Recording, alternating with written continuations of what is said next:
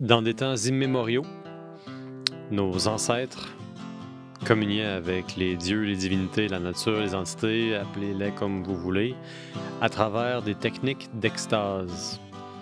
Ils utilisaient pour ce faire des rythmes, des chants, des paroles, parfois des substances hallucinogènes et hautement psychédéliques. On appelait ces gens des chamans. Les chamans existent toujours aujourd'hui. Aujourd'hui, je suis avec Danny Girard, Oui. qui vit, comme moi, à Gatineau, qui est un chaman canadien.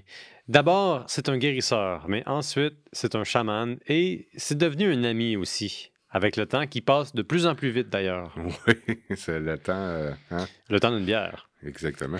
C'est ça le concept. Et là, Danny, aujourd'hui, tu es ici pour nous présenter tes outils de guérisseur. Oui, les outils que j'utilise lors de mes sessions de guérisseur et d'énergisation et les soins là, que je peux apporter à celui qui m'en demande. On parle de quel type de soins? D'abord, qu'est-ce que c'est que soigner lorsque tu es un chaman? Soigner lorsqu'on est un chaman, quelle belle question. C'est d'apporter apporter une source de lumière sur certaines questions, sur certaines hésitations, sur quelqu'un qui veut se recentrer, qui veut se connaître lui-même. C'est d'apporter une voie plus facile, genre un peu ouvrir la porte par les sons, par les ressentis, par la communion, par la conscience. Faut avoir l'esprit ouvert, c'est sûr et certain. Puis c'est ce que j'apporte comme aide à la personne qui vient me voir, c'est de lui permettre d'aller en elle-même pour pouvoir s'ouvrir à elle-même et s'ouvrir aux merveilleuses énergies que notre monde recèle. Le monde est vaste, le monde est grand, il est rempli de trésors. Beaucoup de ces trésors-là sont malheureusement invisibles. Est-ce que tu les rends visibles en utilisant ces instruments que ceux qui ne peuvent pas voir le matériel s'ils écoutent en mode balado? On a devant nous quelques outils que j'aurais de la misère à décrire, ce qui rend un peu compliqué la traduction de l'audio, plutôt du vidéo à l'audio. Mais peut-être que c'est plutôt toi qui devrais un peu me guider à travers ça et me dire, en fait, qu'est-ce qu'on a devant nous là, sur la table? Bon, on va commencer. Moi, j'aime bien le bol chantant, ce qu'on appelle le bol tibétain. C'est un bol qui va pouvoir apporter une fréquence qui moi, j'appelle, c'est mon téléphone avec avec les êtres ascensionnés, les archanges, ces choses-là. Puis, il peut servir aussi, dans mes soins, il va me servir de réceptacle quand que je fais une séance ou un soin de nettoyage des chakras. C'est quand tu l'observes, les énergies négatives vont se ramasser dedans. Puis moi, après ça, à l'extérieur, je sors à l'extérieur au grand air, je fais sonner le bol, je le fais chanter et je m'imagine que la spirale des énergies ascensionnées vont ressortir les énergies que j'ai nettoyées pour les apporter en haut pour qu'ils puissent être transformés en énergie positive. C'est comme un sac qui Oui. contient des choses. Tu mets le méchant dedans, tu le fais sortir, il s'en va dehors, tu reviens, il y a du bon dedans. Oui. Parce que c'est la vibration qui dégage en nous, quand tu le fais sonner, va déclencher comme un calme, un apaisement. Puis c'est aussi un outil là, qui me sert à sortir le méchant puis en ramener du bon. On sort le méchant, on rentre le bon. Hey, ça, là, c'est le nouveau logo du podcast. Là, c'est le nouveau slogan. On sort le méchant, on rentre le bon. Et voilà. En bon québécois. Oui, tout à fait. Puis le bol, est-ce que c'est quelque chose que tu utilises de façon systématique? Disons que tu as une entrevue ou une session avec un patient ou quelqu'un. Est-ce que tu vas par défaut faire sonner le bol? Est-ce que tu vas le faire chanter? Ben, je te dirais que non, pas toujours. Non. Je vais y aller beaucoup au ressenti. Si je ressens que je dois juste ramener un peu la personne, c'est qu'en le frappant, souvent la personne va tomber attentive, très attentive, parce que c'est un son quand même assez particulier. Fait que quand tu l'entends teinter, ça vient nous chercher dans le fond de l'oreille, puis on est plus réceptif, on est prêt, c'est comme le bouton tu pèses dessus, puis que tu startes la patente. Tu as des très belles analogies, sais-tu? Des analogies technologiques pour un monde séculaire. Et voilà. Ben que non, je l'utilise pas. Comme je te dis, je vais y aller par le ressenti. Si je sens que je n'ai pas de besoin, je l'utiliserai pas. Il va être toujours à disponibilité, mais je le laisse alentour. La personne peut arriver, puis d'elle-même, elle va le sonner, puis ça, je respecte bien ça. Puis non, c'est un outil que si je ressens qu'il faut que je l'utilise, je vais le sortir, je vais le prendre, puis je vais l'expliquer à la personne ce que j'ai l'intention de faire avec. Parfois, c'est juste de ramener son psychisme direct là pour qu'elle soit attentive aux soins qui vont s'en venir. Ou comme je te dis, à travers mon soin de nettoyage, c'est comme là, c'est à moi qui est utile parce que c'est moi qui le prend comme récipient pour enfermer les énergies que je nettoie pour après ça aller les évacuer. Là. Si je comprends bien, l'énergie, c'est fondamental dans ta profession. C'est la base de tout, je te dirais. Tu prends des énergies, tu te donnes des énergies. Exact. Les énergies ont différentes qualités, dépendamment de la personne, du lieu, du problème, de la solution. Es-tu toi aussi un récipient comme ça? Est-ce que vous êtes deux récipients dans le sens que tu reçois une énergie, je spécule parce que je connais pas ça, tu reçois une énergie, si elle est de trop, si elle est négative, tu peux la mettre dans le contenant que voici? Tout à fait. C'est comme ça que ça fonctionne? Oui. Moi, quand je commence ma session, je vais en même temps que je prépare la personne à recevoir son soin, moi-même, je vais faire mon dôme de protection personnelle. Un dôme de protection personnelle? Tu as dit le mot dôme, j'ai pensé au dôme de Jean Leloup. Tu m'as fait halluciner. T'as même pas vu, t'as pas eu besoin de faire une technique d'extase. J'ai halluciné, t'as dit le dôme. Et voilà. Non, mais c'est une chanson hallucinogène, là, on s'entend. Mais c'est ça. Moi, je vais m'envelopper, je vais m'imaginer dans un cocon, dans un dôme de lumière où ce que tu peux pas, l'énergie négative ne pourra pas venir m'atteindre moi pour me protéger moi en premier lieu. Est-ce que ça a déjà été dangereux pour toi d'être face à un patient qui avait à te consulter? Est-ce que tu as déjà été attaqué, disons, par une énergie qui était dangereuse? Ben, je te dirais pas des énergies. On ne travaille pas vraiment les entités. Je peux nettoyer ça, on va en venir plus tard avec mes autres outils de travail. Mais je travaille pas vraiment sur le côté entité en tant que tel. Il faut bien faire la différence. C'est que je travaille avec les énergies. Et tu as les entités. L'entité, c'est quelque chose qui peut être désagréable si elle vient de visiter, là, peu importe. Mais l'énergie, ça va être plus, admettons, comme tu as un mal, tu as quelque chose qui ne va pas en toi. Je peux le ressentir. Comme je t'expliquais pour notre premier podcast, j'ai ressenti ton excitement ici, moi, dans mon plexus. Mais il a fallu que je me recentre en moi-même, puis me faire comme un petit mini-soin à moi-même pour dire non, cette énergie-là est bonne en tant que telle, mais elle n'est pas à moi. Ouais. Ce qui me rendait d'une façon inconfortable parce que ça ne m'appartenait pas. C'était une boule d'énergie qui n'était pas à moi. Est-ce que tu as perçu ça comme étant une forme d'invasion? Non. Parce que si ça aurait été plus invasif, j'aurais pris le temps de nous nettoyer, si je peux le dire ainsi, toutes les deux. Puis je t'en aurais fait part comme, j'ai trouvé que tu essayais d'être au-delà de ce que je pouvais venir t'apporter ou venir communiquer avec toi. Excuse-moi, tu m'apportes trop d'énergie. Es-tu prêt à faire quelques pas par en arrière? Fait que là, je t'aurais dit, regarde, je vais juste nous faire un petit soin tous les deux pour juste comme nous recentrer ensemble, qu'on soit en communion au lieu de toi, je t'embarque ou moi, j'embarque par-dessus toi. Là. Ouais, ben pour ceux qui nous écoutent, qui n'ont pas écouté l'autre épisode, on s'est rencontrés dans un lac, à côté d'un lac, où est-ce que tu jouais d'un gros tambour.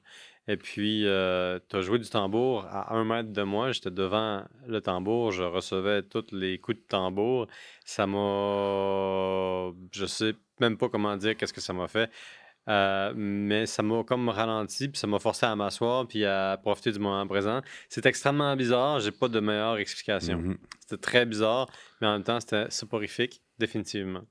Fait que, tout ça pour dire que tu utilises des outils, ça dépend de ce que tu as besoin de faire avec le patient puis de son besoin à lui. Exactement, selon l'énergie que je vais ressentir qui émane de la personne. Puis beaucoup...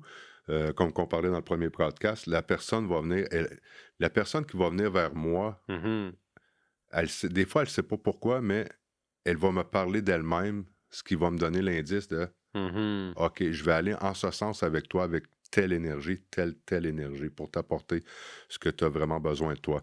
Parce que tout le monde, on peut donner un soin à tout le monde, comme ce que j'appelle le soin de l'amour infini. Ça, tout le monde peut le recevoir. Ça, Le soin de l'amour infini. oui, moi, je fais le cercle, je fais le signe de l'infinite, la infinite, sur mon tambour. Ça, c'est une fréquence d'amour. Moi, ce que j'appelle ma fréquence d'amour. Je te donne l'amour, je t'en donne. Ça, tu fais ça, OK, attends, là, tu donnes beaucoup d'amour ou tu donnes l'amour infini? Parce que l'amour infini, c'est beaucoup d'amour, ça. C'est beaucoup, beaucoup d'amour. Est-ce que les gens sont capables de prendre beaucoup d'amour à ce point-là? Ils vont prendre ce qu'ils ont besoin. Fait qu'ils peuvent pas prendre tout l'amour. Non, c'est une façon un peu de le dire ou de l'imaginer, mais je vais donner moi, je rouvre l'amour infini pour que la personne puisse en bénéficier à son degré de ce qu'elle a besoin. Ce que tu es en train de me dire, c'est que l'amour a une fréquence. Ben oui. Ben oui. Est-ce qu'on peut mesurer ça en hertz? Je sais pas. Parce que dans un autre épisode, tu m'as parlé d'une fréquence mesurable pour obtenir certains effets escomptés. Oui. Imagines-tu si on pouvait découvrir la fréquence de l'amour? Ça serait une merveille, mon ami. Moi, je pense qu'on serait toutes les deux des prix Nobel de la paix. Ben, peut-être pas moi, là, parce que je suis juste le gars qui a écouté le travail de l'autre. Peut-être plus toi. Mais certainement, il y a des fréquences qui se prêtent plus, disons, à l'intimité ou à l'affection. Oui, c'est sûr que certains niveaux, sûrement, là, qui servent à certains types de choses, là, mais je te dirais que l'amour, c'est une fréquence universelle, dans le fond. Tu sais, t'as pas, d'après moi, peu importe comment, c'est l'intention du cœur qui va faire qui va atteindre le but ou pas. Tout dépendamment comment tu vas la jouer, comment tu vas la dire, comment tu vas l'interpréter ou la recevoir. L'amour est un sujet trop important pour qu'on puisse en parler concrètement. Exact. On a parlé de ton bol à recevoir. Ouais. Avant, je m'excuse, mais c'est pas comme ça que tu l'as appelé tantôt. Non. C'est un... Je sais pas comment l'appeler. Je m'excuse, je ne sais pas. Ben, moi, c'est un bol chantant. Un bol chantant. Puis, je m'en sers aussi comme outil, un réceptacle pour nettoyer. Donc, j'ai pas vraiment de terme définitif à ce que je peux... Bol chantant, c'est bon. Bol chantant, c'est ce que c'est pareil. Là. C'est le vrai terme est un bol chantant tibétain. D'accord. Donc, mais moi, je m'en sers à travers mes soins au tambour pour ramasser l'énergie négative et la rejeter à mes maîtres ascensionnés qui m'aident à travailler en haut. Serais-tu comme le concierge de l'âme? T'arrives, là, tu fais le ménage, là. Ouais. Puis t'as étudié là-dedans, là. Je veux dire, t'as des outils pour... Ça, c'est un des outils. Il y a un autre outil que je regarde en ce moment à côté de ta main. Oui. J'essaie de le décrire, mais je sentirais que ma description serait un peu une insulte à ce que c'est pour de vrai. Parce que je vois une espèce de boule avec un bout de poil, puis le reste, c'est un manchon de bois. Oui. Ce qu'on appelle un hochet. Un hochet. Donc, tu hoches du hochet plutôt que de hocher de la tête. Oui. Parce que tu n'auras pas le même en hochant de la tête. Parce que sinon, si tu l'as, ce son-là en hochant de la tête, mon ami... C'est un peu louche. Il faut aller voir un docteur, là, pas un chaman. On va voir un docteur. Il y a quelque chose qui ne devrait pas être là. Tu fais quoi avec ton hochet? Ben moi, souvent, je vais fermer mes sessions de soins avec ça. Tu conclus, dans le fond. Oui, exactement. Ça va être je vais fermer en remerciant mes ancêtres et les maîtres qui sont venus m'aider. C'est un peu ce qui va ramener tranquillement la personne à... Tu sais, c'est un bruit. Parce que durant toute la session, moi, je mets une méditation en bruit de fond, en musique de fond, juste pour apaiser la personne. Puis après ça, j'emmène dans les sons. Puis durant une session...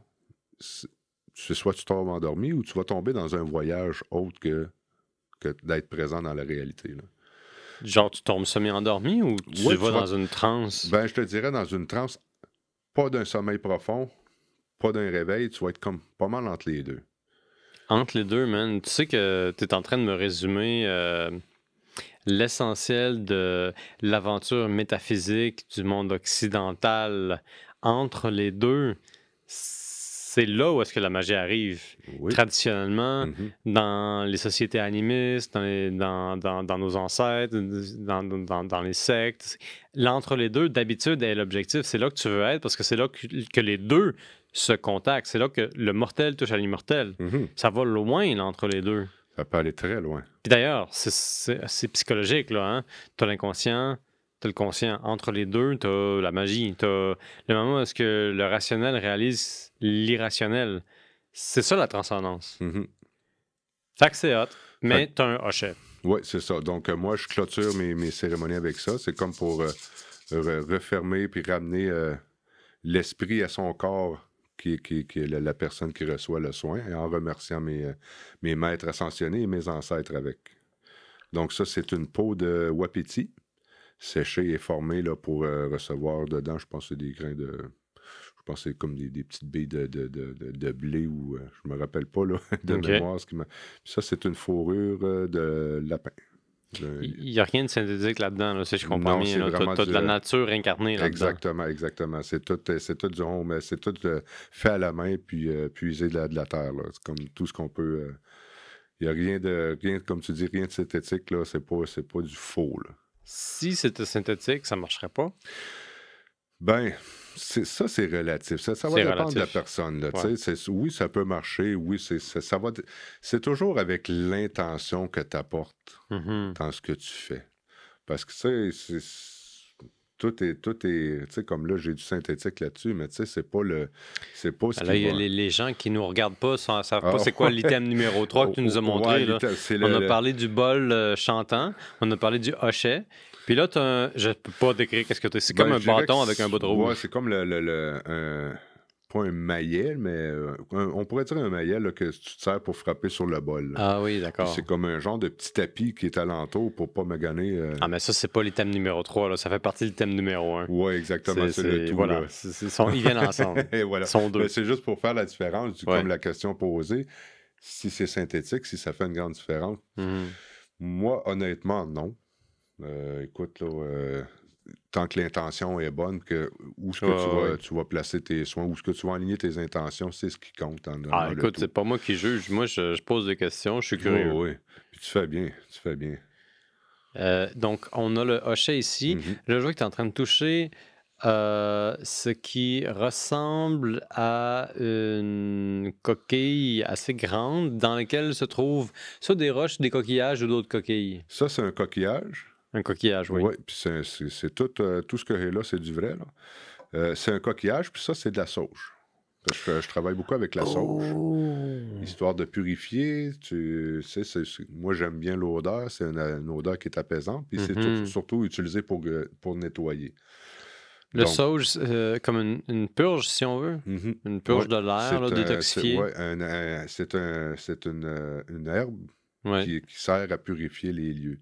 C'est antiseptique aussi un peu, le sauge, non? Oui, je me rappelle bien. Ça fait fuir certains insectes. Là. Oui, c'est pas une panacée, mais les insectes n'aiment pas trop ça. Non, c'est ça. Surtout quand ça brûle. Puis, comme on parlait tantôt, aussi, ça peut, quand je peux être appelé à faire un nettoyage de maison pour des entités, c'est très, très, très utile pour le nettoyage des mauvaises énergies, puis quand tu procèdes à un nettoyage. Là.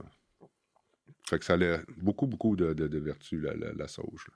Est-ce que pour toi, le sauge, c'est comme préparer le terrain, genre assainir l'environnement avant l'intervention? Tout à fait. Je le fais aussi. Je peux arriver, quand je vais rentrer dans les lieux, moi, je vais ressentir souvent l'énergie ambiante.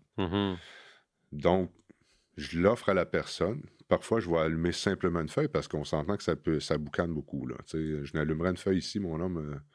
Ben là, j'aurais peur. J'aurais peur que les alarmes d'incendie partent. Mais c'est ça, t'as pas...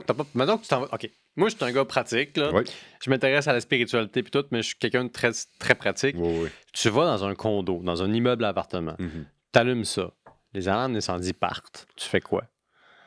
En fait, ma question, c'est plutôt, est-ce que ça t'est déjà arrivé que les alarmes d'incendie partent parce que tu as allumé du sauge? Non, tu me parles de ça, ça me fait penser à une photo même sur Facebook où ce que tu vois, ça boucane en sortant On n'est pas à ce point-là. Bien souvent, quand je vais être à Meton, si c'est pas dans une maison privée, on parle d'un condo ou un appartement, je vais y aller à 1 ou 2 feuilles. C'est simplement pour permettre une purification des lieux, c'est tout.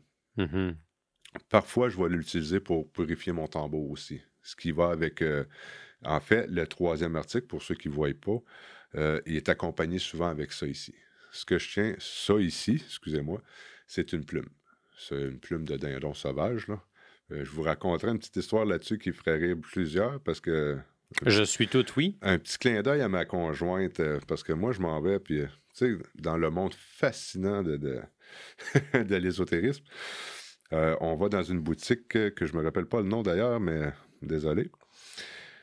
Je recherche une plume justement pour pouvoir faire mes soins de nettoyage. Sur la boîte, je vois plume d'aigle, ou je vois le mot aigle. Moi, dans ma tête, les plumes d'aigle, c'est pas protégé, ça, ces oiseaux-là. Ah, tu te dis, c'est pas une espèce en voie de disparition? Ben oui, fait que moi, dans ma tête, ça marche pas, là. Pourquoi ils ont pris une plume? Mais, tu sais, ma conjointe de se moquer de moi, ben non, c'est une plume de dindon sauvage. Je dis, ben non, ma chérie, c'est écrit sur la boîte. Mais je me rappelle pas exactement le texte, mais quand je l'ai relu après, j'ai fait, ah là là. C'est effectivement une plume de dindon, mais dans mon surexcitement et dans ma volonté de me pogner une plume si spéciale, moi, j'ai stoppé sur le mot aigle. Oui. Donc, j'ai eu l'air assez comique. Ben, moi, je vois deux choses. Ta copine a clairement un sens aigu du détail. Oh, oui. Et puis clairement, toi, pas. Exactement. Ça dépend des fois. C'est ça dépend des fois. D'habitude, ça dépend des fois. Moi, je pense que le détail, c'est très relatif. Son attention aussi qu'on lui porte est très relatif. Exactement. Mais je te dis ça et je te niaise, là, évidemment. Mais tu voulais une plume d'aigle.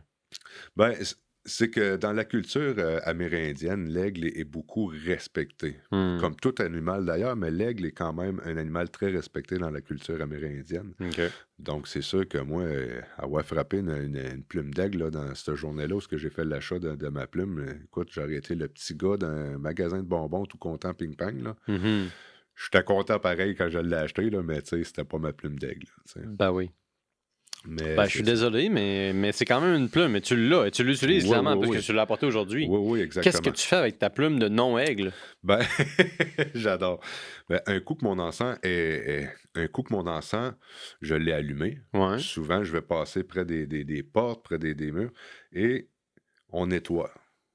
Donc, un coup que le fumigène, la sauge fume, ouais.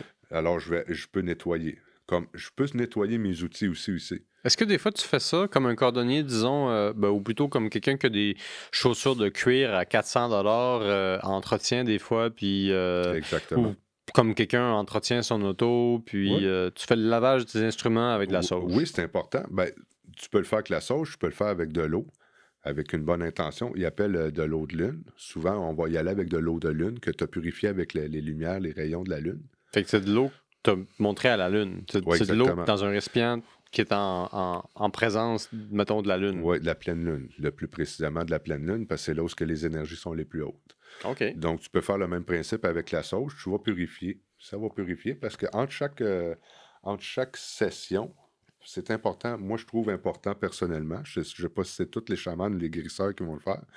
Mais habituellement, tu nettoies pour enlever tes énergies que tu viens de nettoyer avec. Mm-hmm. Ce qui va m'amener au prochain, là, je vais te montrer, c'est assez spécial. C'est un quartz. Ce quartz-là. Quartz? Oui, il était...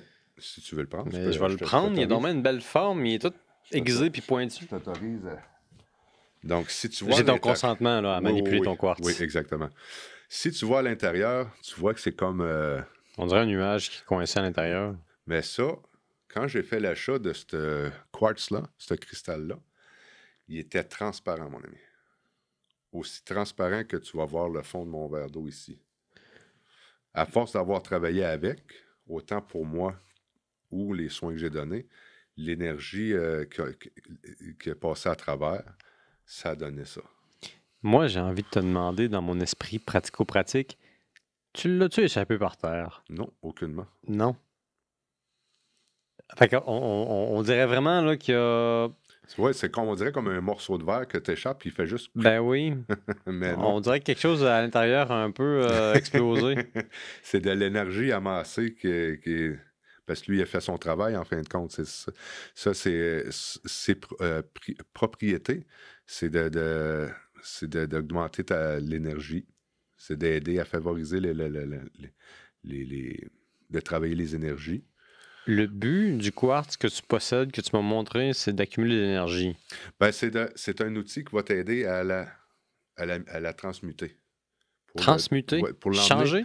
Pour la changer. Pour, admettons, de partir du négatif à l'emmener à positif.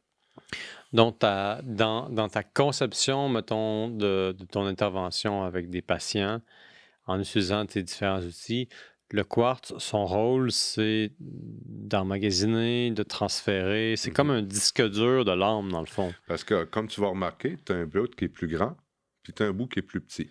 Tu as un bout ici qui est comme aplati. Tu as un bout qui est très pointu ici. Donc, moi, bien souvent, si je vais offrir à la personne de travailler avec, le petit bout, je le mets vers le plexus et le grand bout vers l'extérieur pour que ça rentre et que ça ressorte. Donc, par le petit bout, ça va envoyer vers le grand bout, ça l'envoie, ça nettoie, ça sort, puis après ça, moi, je peux rentrer de l'énergie, redonner de l'énergie par l'aide de mon cher cristal ici présent. Et puis, ce cristal-là, tu le donnes à tes patients? Tu leur demandes de... Je les offre. Je leur demande s'ils veulent comme pas être accompagnés, mais s'ils veulent s'ils veulent le tenir. Souvent, il y en a des gens qui vont le voir. Ben, tu peux l'utiliser si tu veux. Pendant le soin, on va l'utiliser si tu veux. Ça va aider à juste augmenter le potentiel du soin, de l'énergie qui se ramasse pour la personne.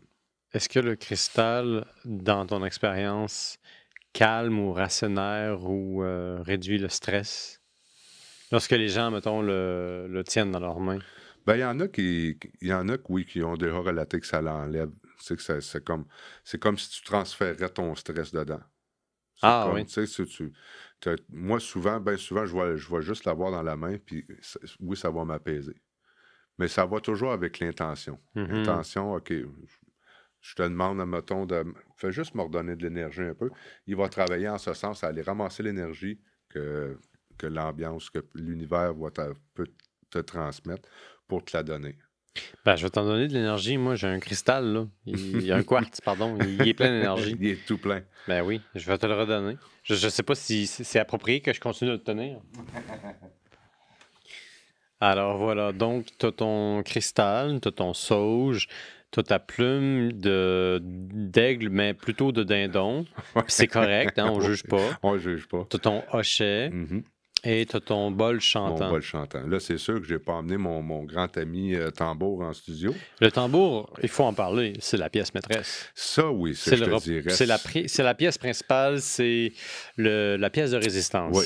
En fait, il y a deux façons de l'utiliser. Moi, j'ai deux façons de l'utiliser. C'est soit de position assise ou debout, comme quand on s'est rencontrés la première fois. J'ai un trépied que j'accroche mon tambour dessus.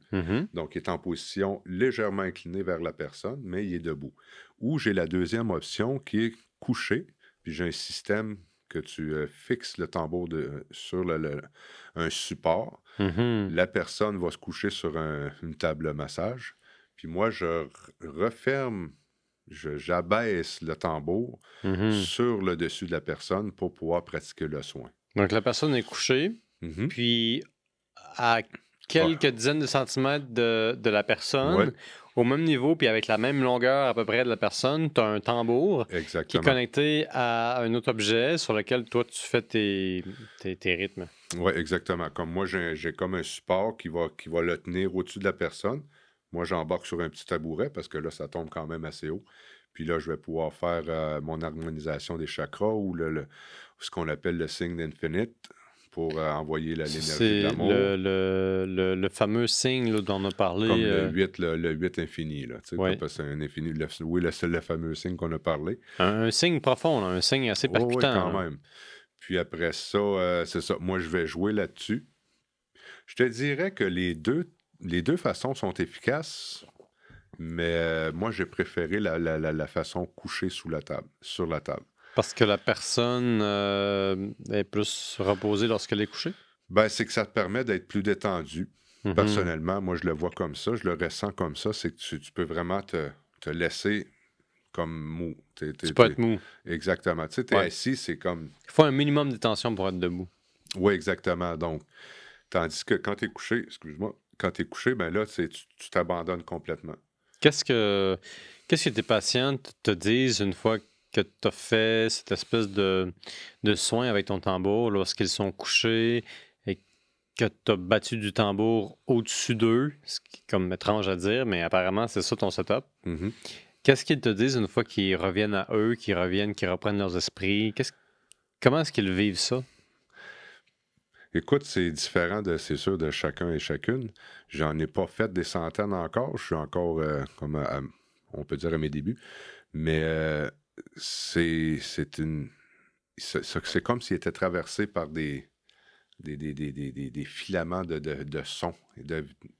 Wow! C'est indescriptible. C'est un poème, ça, mon ami. Même moi, en l'ayant vécu, c'est chaque coup porté, peu importe où ce qui est porté sur le tambour. Mm-hmm. Écoute, c'est comme si tu traversais.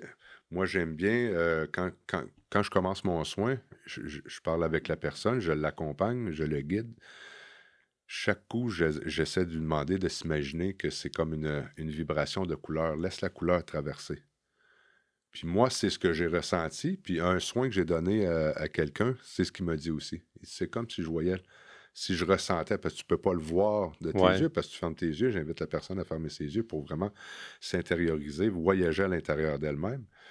Puis c'est comme s'il y avait une fluctuation dans le son qui vient te traverser. Qui fait que ça devient un peu une couleur, qui fait que ça devient tout d'un coup quelque chose d'autre qu'un son. Exactement. Tu vas trouver que c'est un petit peu étrange là, comme analogie, mais tu sais, quand tu prends des drogues hallucinogènes, là, ce que tu fais, c'est que tu changes la chimie de ton cerveau. Mm-hmm. Et puis, tu as ce qu'on appelle la synesthésie. Ça, c'est quand les sens viennent empiéter sur le territoire des autres sens. Mm-hmm. Fait que ton nez, plutôt ton caractère olfactif, mettons, vient empiéter sur la vue. Donc, ce que tu vois devient une odeur, ce que tu sens devient une vision, ce que tu touches devient une senteur, etc., etc. J'ai l'impression que la transe dont tu me parles, c'est exactement la même chose, mais sans aucune drogue. Puis j'ai un peu l'impression que tu es capable de modifier, si on veut, la chimie du cerveau avec un certain rythme, avec une certaine percussion, ne serait-ce qu'en éliminant certaines hormones de stress. Oui, c'est un peu le but, hein, comme tu dis, c'est de modifier, oui, mais aider en modifiant pour que la personne, comme il y a les soins à faire, il y a le soin renaissance, où ce qu'on va remonter à la source du problème, peu importe le problème que la personne va aller puiser en elle. C'est comme, moi, à l'âge de 8 ans, il m'est arrivé telle chose. Ça, c'est le chemin de la psychologie là, que tu prends quand tu fais ça. Donc, on va regresser jusque-là, puis à partir de là, ta conscience, avec ton propre désir, selon comment je vais travailler, on va remodeler, mais on va redonner une toute nouvelle signification à ce que de là à aujourd'hui. Il y a le soin renaissance, il y a le soin réalignement des chakras. Qu'est-ce que c'est réaligner un chakra? Tu sais, pour quelqu'un qui n'est pas un chaman, mettons, là, pour quelqu'un qui sait à peine c'est quoi un chakra en dehors d'un concept vaguement ésotérique qui vient probablement de l'Inde, moi, j'ai entendu parler de ça. Nos auditeurs, auditrices, peut-être, je le sais pas. Qu'est-ce que ça mange en hiver, un chakra? Qu'est-ce que ça boit en été, un chakra? Ouais. On est sur le temps d'une bière. Ben oui, sur le temps d'une bière, sur le temps d'un chakra.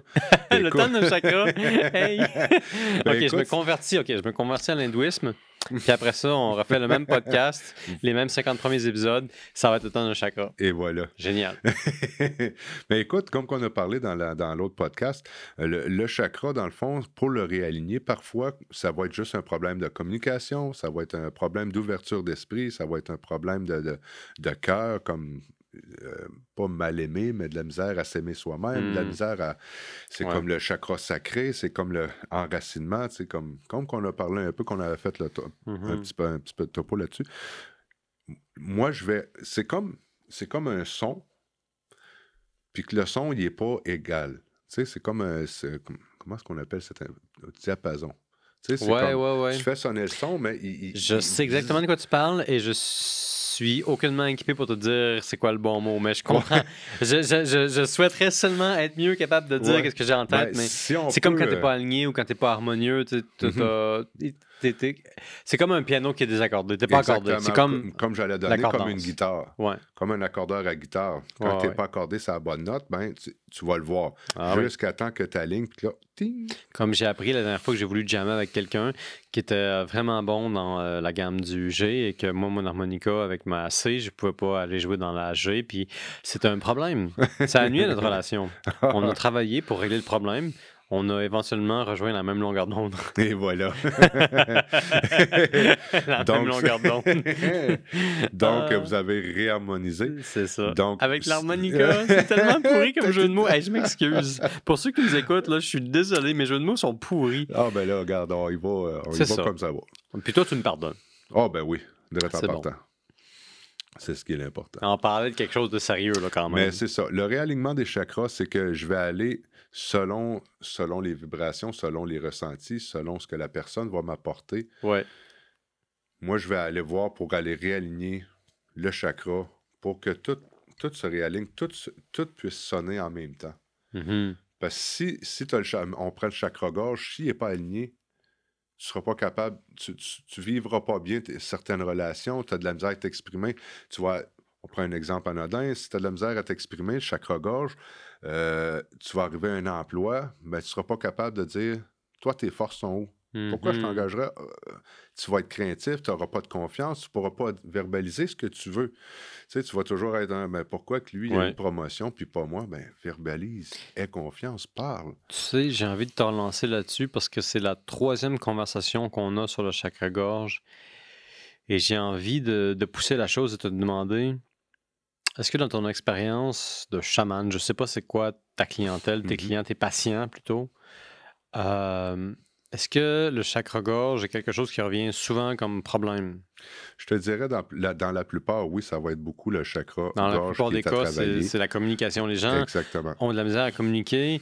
Ils ont de la misère à communiquer ce qui est important pour eux. Ils ont de la misère à parler en général. Ils manquent de tact. Comment est-ce que tu vois ça? La confiance. Tu sais, mettons, ça va être le chakra-gorge et le plexus solaire. Parce que les deux, les deux sont un côté de l'autre. Fait que les deux se travaillent ensemble. Il y en a 7. Tu as communication. Tu as le chakra coronal, ce qui est pour le plan éveil spirituel. Tu as le 3e œil. Tu as le chakra-gorge, le plexus, le sacré et le chakra racine. OK. C'est ça. Ouais, peut-être qu'il m'en manque, tu vois. Peut-être. Mais là, quand tu dis un chakra sacré, je me demande, OK, c'est-tu le seul la gang qui est sacré ou c'est. Non, c'est ça. C'est juste son moi, nom, ça me mêle quand tu dis ça. Lui, il est comme juste en bas du nombril, ce qui est le sacré, ce qui est les parties. Les parties intimes. C'est ça, exactement. Puis qui sont sacrées. Oui, c'est un endroit qui est sacré, c'est le respect, c'est où ce que la femme enfante, tout ce que, tu sais, tout se passe, c'est quand même le berceau. De l'humanité, si on peut le dire ainsi. Là. Ben, je trouve ça fantastique que tu appelles ça que tu mélanges le concept de sacré et de respect puis de civilisation. La plupart des gens n'ont pas cette conception-là de la partie intime. La plupart des gens ne pensent pas à leur système reproductif comme étant quelque chose de divin, si on veut. Ben oui. Alors que, ben, moi, il y a 3 choses de divines que je trouve dans l'univers. Parce que je vais te les dire. Là. Quand j'étais plus jeune, j'écrivais des histoires. Puis quand je créais Ex Nihilo, puis que j'apprenais moi-même qu'est-ce que j'allais écrire en l'écrivant, je trouvais ça divin. Fait que c'est 1 sur 3. Pour ça, c'est la capacité de créer un autre être humain. Ouais. C'est divin là, quand même. On s'entend que c'est quand même... C'est génial. Là. C'est presque Ex Nihilo. Là. C'est un humain qui vient de toi. C'est le pouvoir des femmes. Un pouvoir qui est incompris, qui va toujours être terrible. C'est un pouvoir terrible, dans le fond. Il y en avait un autre, mais j'ai oublié. À cause du fait que la reproduction est un pouvoir terrible, ça m'a distrait. C'est ça. Je t'ai trop... Tu m'as fait peur. Tu me parles de pouvoir. C'est sacré. Oui, c'est ça. Il y en avait un autre, mais je l'ai oublié. Mais c'est pas important. C'est pas important. Je t'interromps. Je suis conscient de ça avec mes... Mais c'est bien parfait. Puis c'est correct. C'est le temps d'une bière. Exact. Alors, donc, toi, tu as des gens qui viennent te voir puis ils ont souvent des problèmes de communication. Puis le problème de communication, d'après ce que tu me dis, c'est pas juste un problème de communication, c'est qu'ils manquent de confiance en eux, dans le fond. Ou alors, ils savent pas exprimer leurs intérêts, ou alors ils se connaissent pas assez bien. C'est que la communication, c'est tellement large, ça ratisse large. C'est plusieurs aspects de ta personnalité. Oui. Il y a une différence entre identifier tes priorités, puis ta personne, puis l'exprimer. Oui. Puis quand tu me parles du chakra de la communication, moi j'ai l'impression que c'est les deux, en fait. Oui, parce que les deux vont ensemble. Tu sais, faut apprendre à communiquer. Puis c'est ce qui est beaucoup pas un problème avec la société d'aujourd'hui, c'est qu'on communique mal. Comment? Pourquoi? Ben, c'est comme toi, tu veux ça dans la vie. Mais tu sais, comme quelqu'un qui a bien confiance en lui, il va savoir ce qu'il s'en va, il va le communiquer, c'est quelqu'un d'aplomb. Il y en a que c'est la gêne qui va les empêcher d'avancer. Il y en a que c'est l'incompris. Puis par l'incompris, ça va les gêner encore plus. Fait qu'ils vont juste se reculer. Puis pas qu'ils vont être malheureux, mais ils n'auront pas eu, au bout de la ligne, communiqué puis leurs besoins, dans le fond. Parce que c'est un besoin non satisfait, va découler plein d'autres problématiques. Mais tu sais, c'est comme se mettre des portes fermées par la suite de cette décision-là, de ce fait de j'aurais pas dû parler, j'aurais pas dû faire ça. L'inhibition, la peur, ferme des portes. Exactement. Empêche le développement. Oui. Crée des problèmes éventuels. Puis moi, ben, avec mon bâton de tambour, ben, je les rouvre, ces portes-là. C'est comme libérer l'individu de ses traumatismes passés. Exact. Ou présents. Oui, autant que présent que passé, là, parce qu'on vit d'une société qui est très demandante aujourd'hui, là, soit professionnelle, soit performant, soit ci, soit ça. Non, on peut juste s'arrêter et être humain à un moment donné. C'est possible dans les deux côtés. Là, tu peux être performant, tu peux être. C'est à ton accomplissement personnel si tu veux être performant, mais moi, je cherche pas à être au top de la performance devant tout le monde. Moi, je cherche juste à être moi-même puis d'aider mon prochain à ce que lui puisse s'aider puis apporter son aide à son prochain à lui. Danny Girard, mesdames et messieurs, à votre disposition. La performance, j'y pense souvent. Ça devient un enjeu du développement de mon propre balado. Je veux que ça fonctionne, je veux que je fonctionne. Je veux que le balado ait du succès, je veux que les gens aient du succès sur le balado, comme tout est connecté.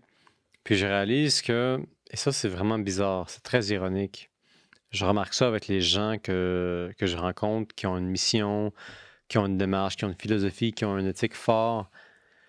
Et puis je me rends compte qu'il y a des gens qui sont extrêmement intelligents et extrêmement empathiques.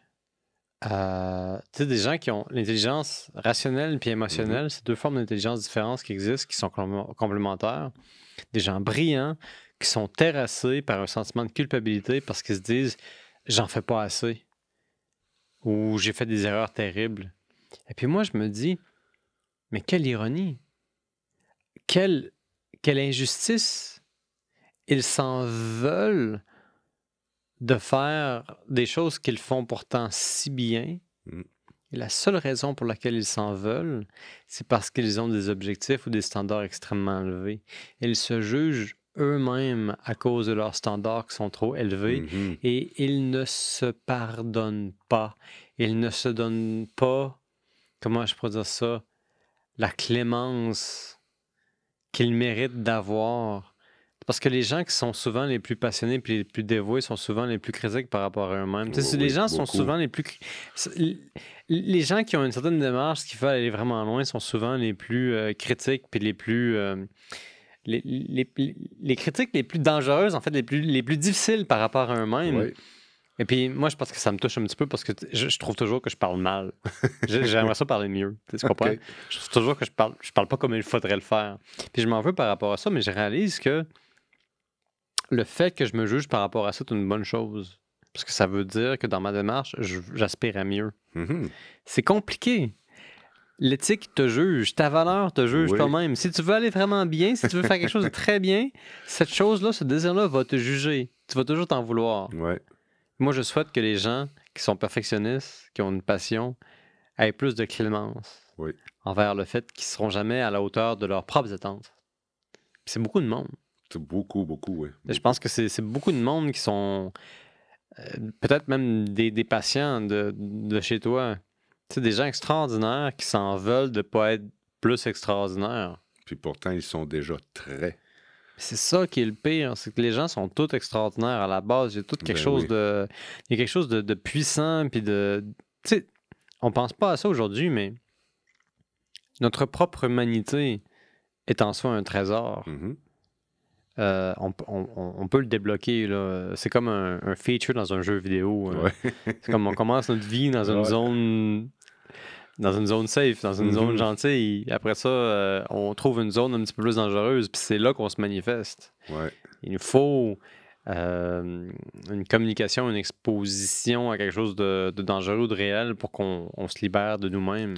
Pour que notre nous-mêmes se libère. Hey, on va loin, là. On va loin pour le temps d'une bière. Rendu loin, là. Mais on est dans la même direction, je pense. Oui, tout à fait. Moi, je pense, évidemment, en termes de développement de la personne. Je pense en termes purement de développement professionnel. Parce que je me dis que le développement professionnel, c'est à toute fin pratique le développement personnel. Toi, tu vois ça en termes qui sont différents par le langage, mais je pense que dans la finalité, on se rapproche. Tu vois des gens qui ont des problèmes émotionnels ou psychiques, tu es là pour les aider en utilisant une variété d'instruments dans lesquels tu les révèles eux à eux-mêmes. Oui.